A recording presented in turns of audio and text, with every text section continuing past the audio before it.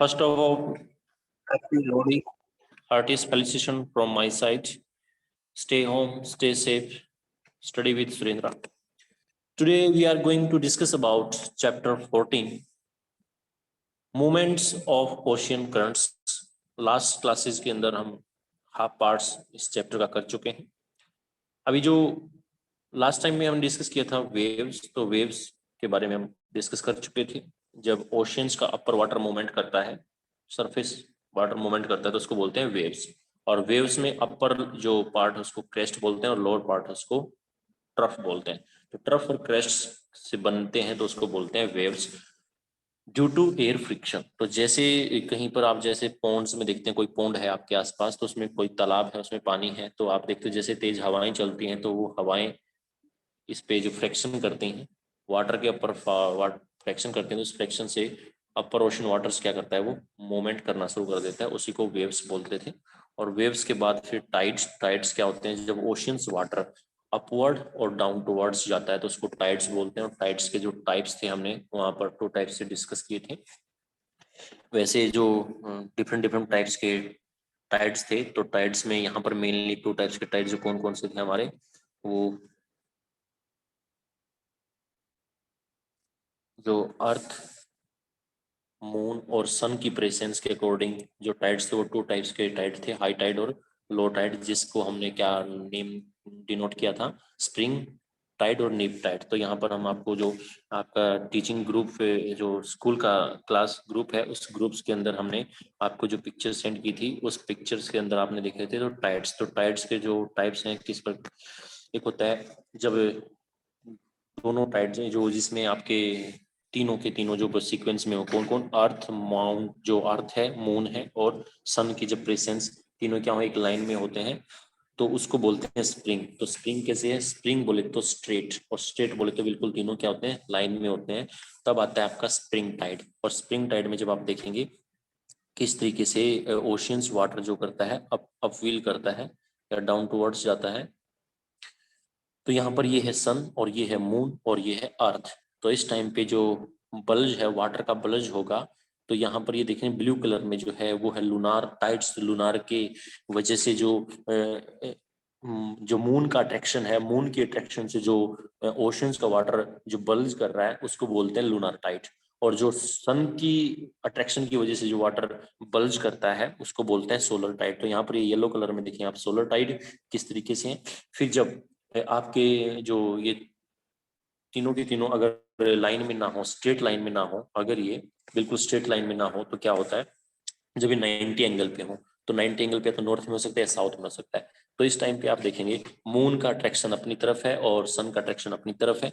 तो यहाँ पर जब अर्थ के ऊपर टाइड का फॉर्म देखेंगे, तो यहाँ पर जो लूनार टाइड इस तरीके से यहाँ पे नजर आएगा और सोलर टाइड यहाँ पे नजर आएगा. तो ये होते हैं नीप टाइड. तो नीप टाइड बोले तो 90 के एंगल पे जब होते हैं, नीप बोले तो 90 के एंगल पे जब फॉर्म होती है तो नीप टाइड आते हैं. क्लियर है, यहाँ से ये पॉइंट नोट कर लेंगे. जब मून, अर्थ और सन की प्रेसेंस 90 एंगल पे या तो नॉर्थ की ओर हो या साउथ की ओर हो, तो 90 बोले तो नीप टाइड होते हैं, और स्ट्रेट लाइन पे हो तो स्प्रिंग टाइड होते हैं. तो यहाँ से डाउट बिल्कुल नहीं क्रिएट करेंगे आप. फिर इंपॉर्टेंस ऑफ टाइड्स से डिस्कस किए थे. उसके बाद फिर हम जो ओशियन करंट्स हैं, ओशियन करंट्स कैसे बनती हैं, किस तरीके कौन कौन से फैक्टर होते हैं. अब यहाँ पर जो करेक्टरिस्टिक्स ऑफ ओशियन करंट्स होती हैं, अब इसमें ओशियंस का वाटर, अब इसमें हमने कैसे डिस्कस किए थे कि भी जहाँ पे हाई टेम्परेचर होता है तो वाटर एक्सपेंड करता है, जहाँ लो टेम्परेचर होता है वाटर डेंस करता है, तो ग्रेडियंट बन जाता है. तो इस वाटर को इस साइड में मूवमेंट करना पड़ता है, तो जिसको उसी मूवमेंट को क्या बोलते हैं, ओशियन करंट्स कहा गया था. और इसके फीचर कौन कौन से हैं वही पॉइंट डिस्कस करेंगे. Currents are referred to by their drift. Usually the currents are strongest near the surface and may attain speeds over 5 knots. तो जो 5 knots, अब लास्ट क्लास में हमने कहा था जो वेव जो होती हैं ओशियंस करंट्स के जो होती हैं, उनकी जब स्पीड मेजर करते हैं तो वो नोट्स में मेजर करते हैं. तो जब नोट्स 5 नोट्स की जो स्पीड होती है, तो स्ट्रॉन्ग नियर जो 5 या 5 से ऊपर नोट्स की जो स्पीड होती है, जब water movement, ocean water movement की स्पीड 5 नोट्स से ऊपर होती है तो उसको हम ओशियन करंट्स बोल देते हैं. At depth, current are generally slow with speeds less than 0.5 knots. We refer to the speed of a current as its drift. Drift is measured in terms of knots. And the strength of a current refers to the speed of the current. A fast current is considered strong. A current is usually strongest at the surface and decrease in the strength deep with depth. The most currents have speed less than or equal to 5 knots. तो ये कहते हैं जैसे oceans last chapter में हम पढ़े थे, जैसे कॉन्टिनेंट है, कॉन्टिनेंट के बाद फिर सेल्फ स्लोप स्लोप फिर प्लेन रीजन ऐसे आता है। तो जो ओशियंस की जो प्रेजेंस है, तो जो ओशियंस की जो वाटर अवेलेबिलिटी, यहाँ आपको ओशियंस काफी डीप नजर आएगा और यहाँ पर आपको सेलो नजर आएगा। तो जो मैक्सिमम स्पीड होती है करंट्स की, तो मैक्सिमम करंट जो स्पीड्स होगी वो इस लोकेशन पे मैक्सिमम करंट की स्पीड देखने को मिलती है, यहाँ पर लो स्पीड हो जाती है। जैसे जैसे ओशियंस डीप होते चले जाते हैं तो करंट्स की स्पीड क्या हो जाती है, स्लो, और जैसे जैसे नियर कोस्टल रीजन के जब वो पास आती है तो वहां पर उसकी स्पीड क्या हो जाती है, मैक्सिमम हो जाती है। अब यहाँ पर डिस्कस करेंगे टाइप्स ऑफ करंट्स जो होती हैं। The ocean currents may be classified based on their depth as surface currents and deep water currents. Surface currents constitute about 10% of all water in the ocean. These water are the upper 400 meters of the oceans. Deep water currents make up the other 90% of ocean water. These move around the ocean basin due to the variation in the density and gravity. Deep water sink into and deep ocean basins at high latitude, where the temperature are cold enough to cause the density to increase.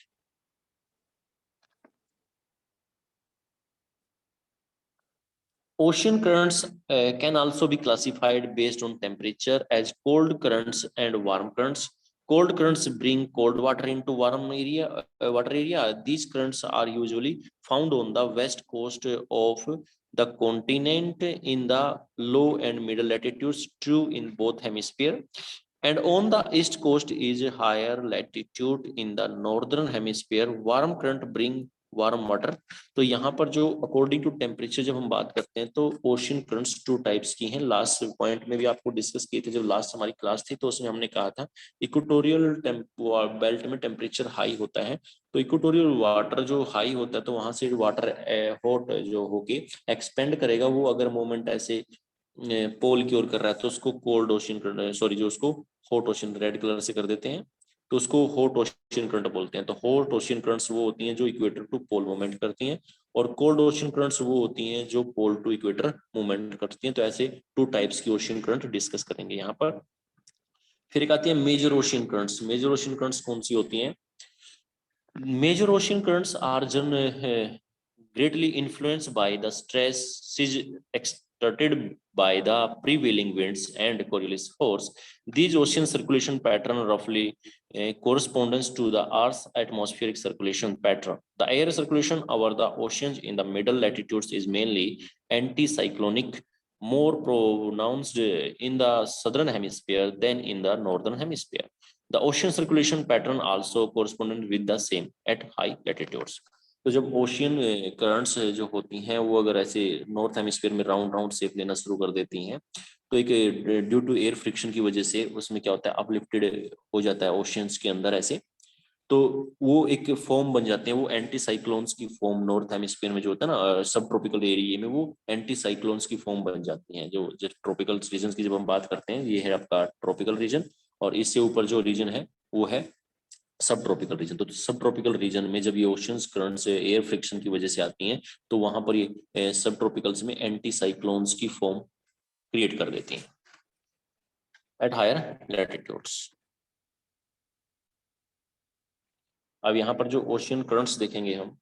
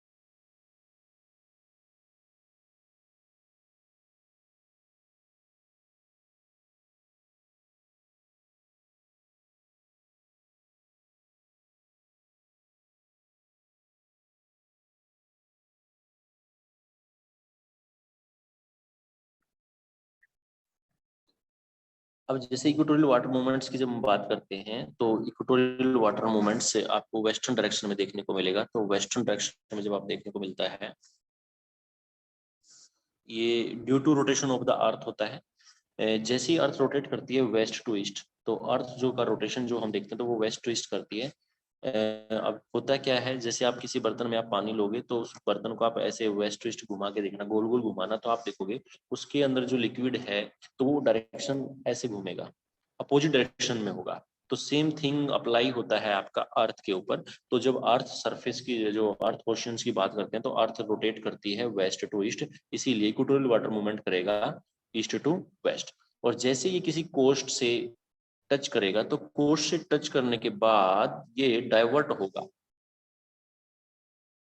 तो ये north hemisphere में right direction में divert हो जाता है और south hemisphere में ये लेफ्ट डायरेक्शन में डाइवर्ट हो जाता है। तो साउथ हेमिस्फीयर में लेफ्ट, इसका लेफ्ट, लेफ्ट लेफ्ट करते करते क्या हो गया, एंटी क्लॉक हो गया। और ये राइट राइट करते करते क्या हो गया, क्लॉकवाइज हो गया। तो नॉर्थ हेमिस्फीयर में जो ओशियन वाटर मूवमेंट करती हैं, नॉर्थ हेमिस्फीयर में ओशियन वाटर मूवमेंट जो करती हैं क्लॉकवाइज करती हैं, और साउथ हेमिस्फीयर में जो करती हैं एंटी क्लॉकवाइज करती हैं।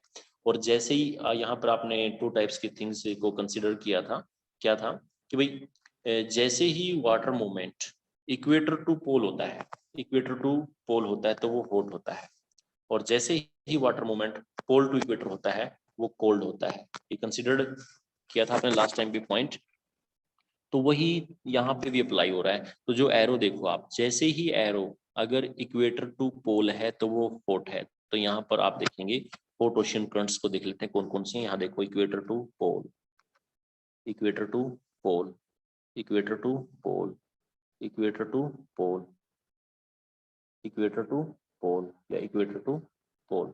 तो ये आपको हॉट ओशन करंट्स देखने को मिलेंगी। अब जिस कोस्टल रीजन पे है उसी नेम से इसको डिनोट कर देते हैं। अब यहाँ गल्फ ऑफ मैक्सिको है तो इसको मैक्सिको गल्फ की जो हॉट ओशन करंट्स बोल देते हैं। अब यहाँ पर जो पैसिफिक ओशियन करंट्स है, यहाँ पर ईस्टर्न पार्ट ऑफ ऑस्ट्रेलिया है, यहाँ पर एग्लूहासा करंट्स है अफ्रीका के। तो यहाँ पर एक पॉइंट नोट किया होगा आपने, ट्रॉपिकल जोन में कॉन्टिनेंट के ईस्टर्न साइड में हॉट ओशियन करंट्स देखने को मिली।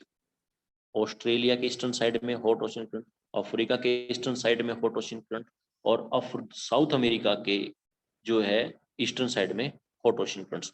तो कॉन्टिनेंट के ईस्टर्न पार्ट पे आपको को जो ओशियन करंट्स देखने को मिल रही है हॉट।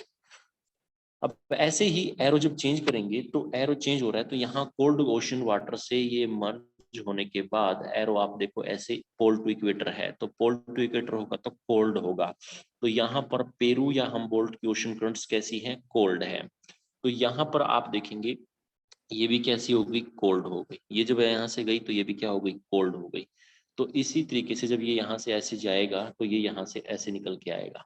ठीक है, तो ये गायरेज जो बनाए थे हमने नॉर्थ हेमिस्फीयर में, साउथ हेमिस्फीयर में, जो circulation of ocean currents is called gyre. तो ये गायरे डिफरेंट डिफरेंट कॉन्टिनेंट में डिफरेंट डिफरेंट नेम से जाने जाते हैं। तो यहाँ पर आपने देखा कोल्ड ओशन करंट्स और हॉट ओशन करंट्स का पॉइंट पता लग गया। अब फिर यहाँ से एक और पॉइंट निकल के आया कि कॉन्टिनेंट के, सभी कॉन्टिनेंट के वेस्टर्न साइड में cold ocean current, cold ocean current, cold ocean currents. तो कॉन्टिनेंट के ईस्टर्न साइड जो है हॉट है और वेस्टर्न साइड जो है कोल्ड है। और इन्हीं करंट्स के जो नेम रखे गए हैं वो इन्हीं की लोकेशन से इनके नेम रखे गए हैं। तो यहाँ ऑस्ट्रेलिया था तो ऑस्ट्रेलिया की ईस्टर्न साइड हॉट है, वेस्टर्न साइड कोल्ड है। यहाँ आपका अफ्रीका है, अफ्रीका की ईस्टर्न साइड हॉट है, वेस्टर्न साइड कोल्ड है। यहाँ साउथ अमेरिका है, साउथ अमेरिका की ईस्टर्न साइड हॉट है और वेस्टर्न साइड कोल्ड है। क्लियर है यहाँ तक पॉइंट? तो यहाँ पर आपको जो आपके ग्रुप के अंदर भेजी गई थी जो करंट्स, तो ये करंट्स थी यहाँ पर, ये गायरेज हैं। तो ये है आपका पैसिफिक ओशियन, ये है अटलांटिक ओशियन, सॉरी ये है अटलांटिक ओशियन, ये है आपका इंडियन ओशियन, अटलांटिक ओशियन, और ये है पैसिफिक ओशियन। तो ये पैसिफिक ओशियंस में गायरें बन रही हैं, ये अटलांटिक में बन रही हैं, ये आपके इंडियंस में बन रही हैं। तो यहाँ पर जब ये वेस्टर्न ऑस्ट्रेलिया में कोल्ड है, ईस्टर्न ऑस्ट्रेलिया में हॉट है, साउथ अफ्रीका जो अफ्रीका कॉन्टिनेंट में हॉट है, यहाँ पर कोल्ड है, यहाँ पर साउथ अमेरिका में हॉट है, यहाँ पर कोल्ड है। तो ये डिफरेंट टाइप्स की गायरेज बनी थी, करंट्स बनी थी। तो इसी करंट्स में नेम रखे जाएंगे। आपसे एग्जामिनर पूछेगा जी वो करंट्स है तो उस करंट्स का नेम क्या है, कैसी है, किस नेम से जानी जाती है। तो यहाँ जो आप देखोगे डॉटेड फॉर्म में जो है ना वो कोल्ड है, जो डॉटेड फॉर्म में है वो कोल्ड है, और जो सी डायरेक्ट डार्क लाइन में है वो हॉट है। तो यहाँ पर हम अभी देख लेते हैं। सबसे पहले कोल्ड ओशन करंट्स को देखेंगे कि कोल्ड ओशन करंट्स कौन कौन से हैं। तो यहाँ पर ये है आपकी पेरू। तो पेरू करंट्स है, पैसिफिक ओशियंस में है, साउथ अमेरिका के वेस्टर्न साइड में। यहाँ पर है बेंगुएला, तो ये है बेंगुएला करंट। और यहाँ पर है वेस्ट ऑस्ट्रेलिया करंट। यहाँ पर है ओयोसिको करंट्स, एशिया के ईस्टर्न पार्ट पे। यहाँ पर लेब्राडर सी से आ रही है तो ये है लेब्राडर्स करंट। यहाँ से अटलांटिक ओशन से आएगी ग्रीनलैंड, तो यहाँ ग्रीनलैंड करंट्स आएगा, यहाँ लेब्राडर। और ये है कनारीज, तो ये कनारी करंट्स है, ठीक है। और ये है कैलिफोर्निया करंट्स, तो ये कैलिफोर्निया है, पेरू है, बेंगुएला है, वेस्ट ऑस्ट्रेलिया है, ओयासिको है, और नॉर्थ ईस्ट जो ग्रीनलैंड है, लेब्राडर है, और यहाँ पर एक फोकलैंड। तो फोकलैंड, तो ये करंट्स हैं जो कोल्ड ओशन करंट्स हैं, और इससे बाकी जो बच गई वो हॉट ओशन करंट्स हैं। तो ये आपने लोकेशन देखनी है, कहाँ कहाँ किस लोकेशन पे ये करंट्स देखने को मिलती है।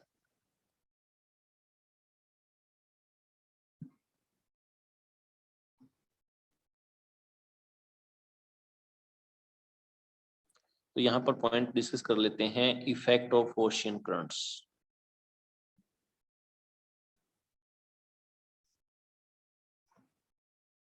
Effect of ocean currents. Ocean currents have a number of direct and indirect influence on human activity. West coast of the continents in tropical and subtropical latitudes, except close to the equator, are bordered by cool waters. Their average temperature are relatively low with a narrow diurnal and annual range. There is a fog, but generally the area are arid. West coast of the continents in the middle and higher latitudes are bordered by warm currents, which cause a distinct marine climates. They are characterized by cool summers, relatively mild, mild winters with a narrow annual range of temperature. Warm currents flow parallel to the east coast of continents in tropical and subtropical latitudes. This result in the warm and rainy climates. These are area lies in the western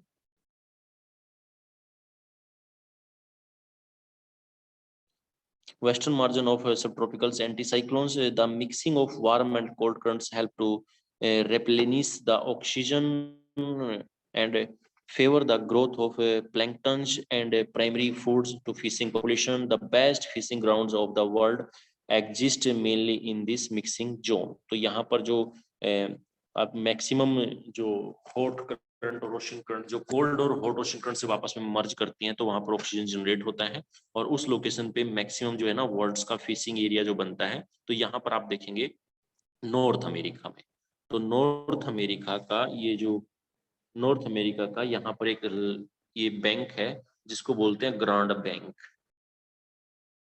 तो grand bank मतलब सबसे बड़ा किनारा है grand bank. जो new फाउंडलैंड island है, यहाँ पर एक आइलैंड है न्यू फाउंडलैंड आइलैंड, और उस न्यू फाउंडलैंड लैंड पर यहाँ पर देखेंगे इस लोकेशन पे आप देख पा रहे हैं, यहाँ से आता है आपका जो लेब्राडर करंट आ रही है, कैसी है, कोल्ड है। और यहाँ से जो नीचे से जो करंट जा रही है गल्फ स्ट्रीम जा रही है मैक्सिको से, तो ये hot and cold ocean currents यहाँ पर इस लोकेशन पे मिलती हैं। तो ये वर्ल्ड्स का लार्जेस्ट फिशिंग एरिया है। तो यहाँ पर विश्व की सबसे अधिक जो है फिशिंग जो एक्टिविटी होती है, तो वो इसीलिए इस आइलैंड को, कौन सा आइलैंड है, न्यू फाउंडलैंड आइलैंड, तो न्यू फाउंडलैंड आइलैंड को ग्रांड बैंक बोलते हैं। तो आप कहेंगे grand bank is the largest fishing area of the world in north east of north America in Atlantic ocean, in Atlantic ocean. तो ये ओशियंस कौन सा है, अटलांटिक ओशियंस में है। क्लियर है यहाँ तक पॉइंट।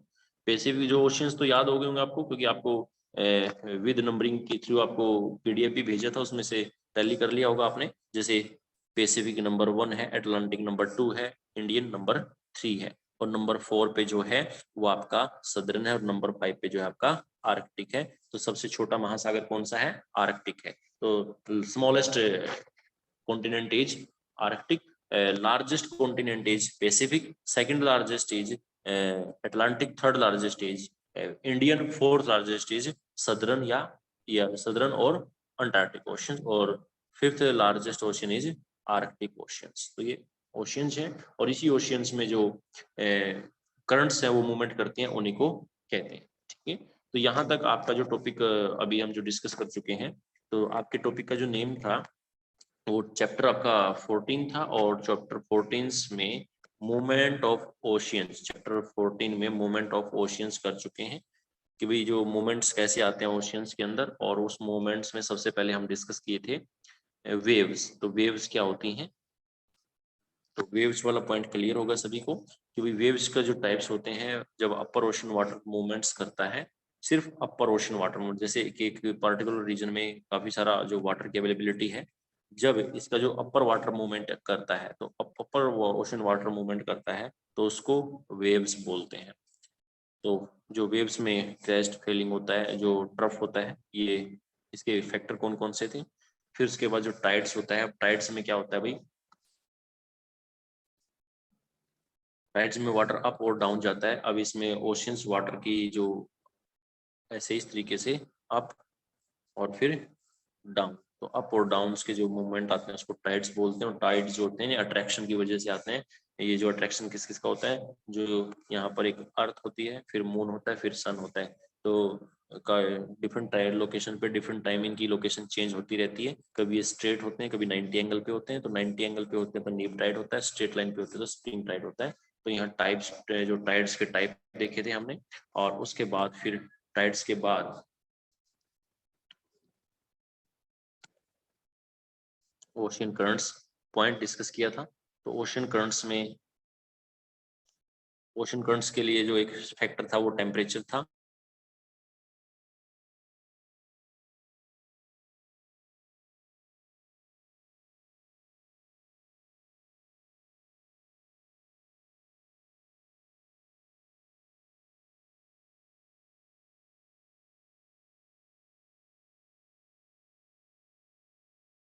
करंट्स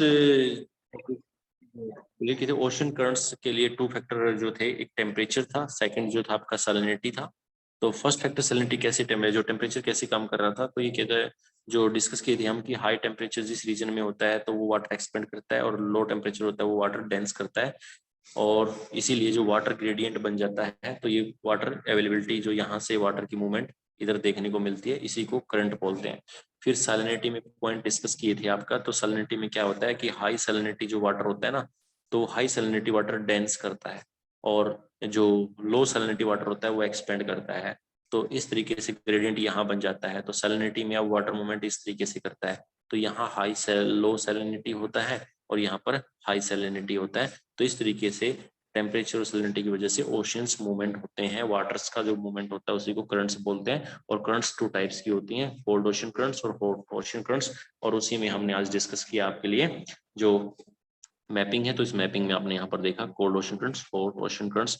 तो आप अपनी जो फेयर नोटबुक कंप्लीट कर चुके होंगे, नहीं किए हैं तो आज जो आपके पास लास्ट टाइम है, तो आज आप सभी बच्चे जो आपके नॉन में हैं उनको भी बोल देंगे जो आपकी नोटबुक है इस चैप्टर का कंप्लीट हो जाना चाहिए। और आपको जो आपका टीचिंग ग्रुप है, क्लास ग्रुप है, उसमें आपके काफ़ी सारे जो पिक्चर भेजे जा चुके हैं, वहाँ से आप उन पिक्चर्स को फॉलो करके कंसेप्ट को क्लियर करेंगे, और कंसेप्ट क्लियर करने के बाद अपने नोट्स प्रिपेयर कर लेंगे। और उसके बाद फिर आपके पास नेक्स्ट डे सैटरडे है, फिर संडे है, तो आपके पास हॉलीडेज हैं काफ़ी सारे। और उस हॉलीडेज में आप अपनी जो प्रीवियस चैप्टर जो आपके अभी तक कंप्लीट नहीं हुए उनको कंप्लीट करने के बाद उनकी जो एक्सरसाइज है, तो एक्सरसाइज के जो एमसीक्यूज क्वेश्चन है उनको सोल्व करके देखेंगे। अगर नहीं हो रहे हैं तो कोई डाउट है तो वो डाउट पूछ सकते हैं। तो once again happy loading, stay safe, stay home, stay safe, और study with Surendra. Thanks for watching this video. Have a nice day.